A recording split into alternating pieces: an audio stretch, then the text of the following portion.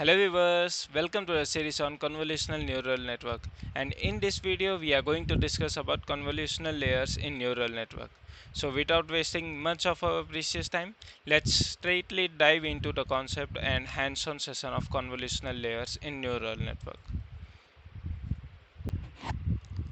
So far, we have created a neural network with densely connected layers. Now we are ready to add convolutional layers to make it better at finding patterns in the images. To be able to recognize images officially, we have to add convolutional layers before our densely connected layers. So convolutional layers are nothing but which are able to look for the patterns in an image, no matter where the pattern appears in that image. So look at the line 22. This is where we have inserted the convolutional layer. Well, now there's two types of convolutional layers, one dimensional and two dimensional. Since we are working with images, we need to add two dimensional convolutional layer. For some kind of data such as sound waves, we can use one dimensional convolutional layer.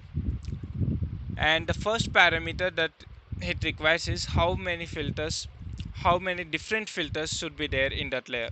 So each layer will be capable of detecting one pattern in that image. So each filter will be capable of detecting one pattern in that image.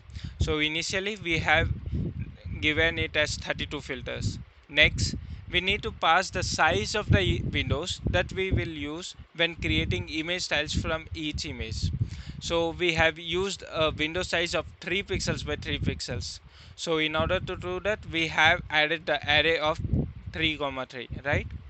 And this will split up the original image into 3 by 3 tiles. When we do that, we have to decide what to do with the edges of the image. If the image size isn't exactly divisible by 3, we will have to we have a few extra pixels left over on the edge, so we can either throw that information away or we can add padding to the image. Padding is just extra zero added to the edge of the image to make the match work out. Okay, so if we want to add extra padding to the image, it's just called same padding. And just like the normal dense layer, convolutional layers also need to have activation function. So just like the dense layers, we almost always use really activation function because of its efficiency. So that's the reason why we have added the activation as ReLU. And that's it for adding that particular layer. But there's one more tweak we need to make. Dense layer is no longer the first layer in the neural network. So it is not having an input safe defined anymore. Whereas the convolutional layer has its now because it's the first layer on line 22, right? To make our neural network more powerful, we add few more convolutional layers in the same way, so that another one is with the same setting, like with 32 filters and 3 by 3 window size. Now in this layer we won't have to, and so now in this layer we won't have the image, so we don't need to pass in the padding parameters. You could refer the line number 23, right?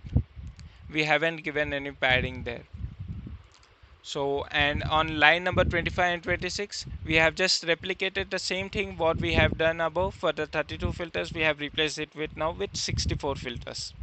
So whenever we do transition between convolutional layers to dense layers, we need to tell the keras that we are no longer working with two-dimensional data.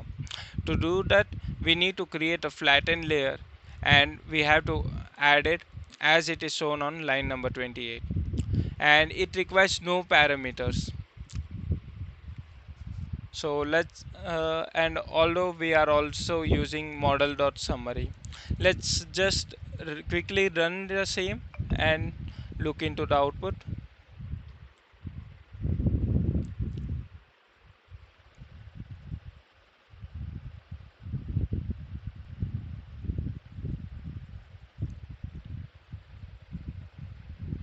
So typically,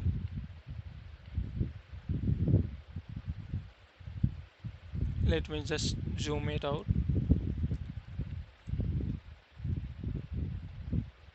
Hmm. So typically we can see that the neural network has 7 layers. 4 are convolutional layers, the flattened layer and 2 dense layers. Notice that each layer has the number of parameters listed. This is the total number of weight in the layer. There's also the total number at the bottom for the whole network. As we add more layers to the total number of the weights keeps on increasing. This is the size or complexity of our neural network. The larger the number, the longer it will take to train and more data we need to train it.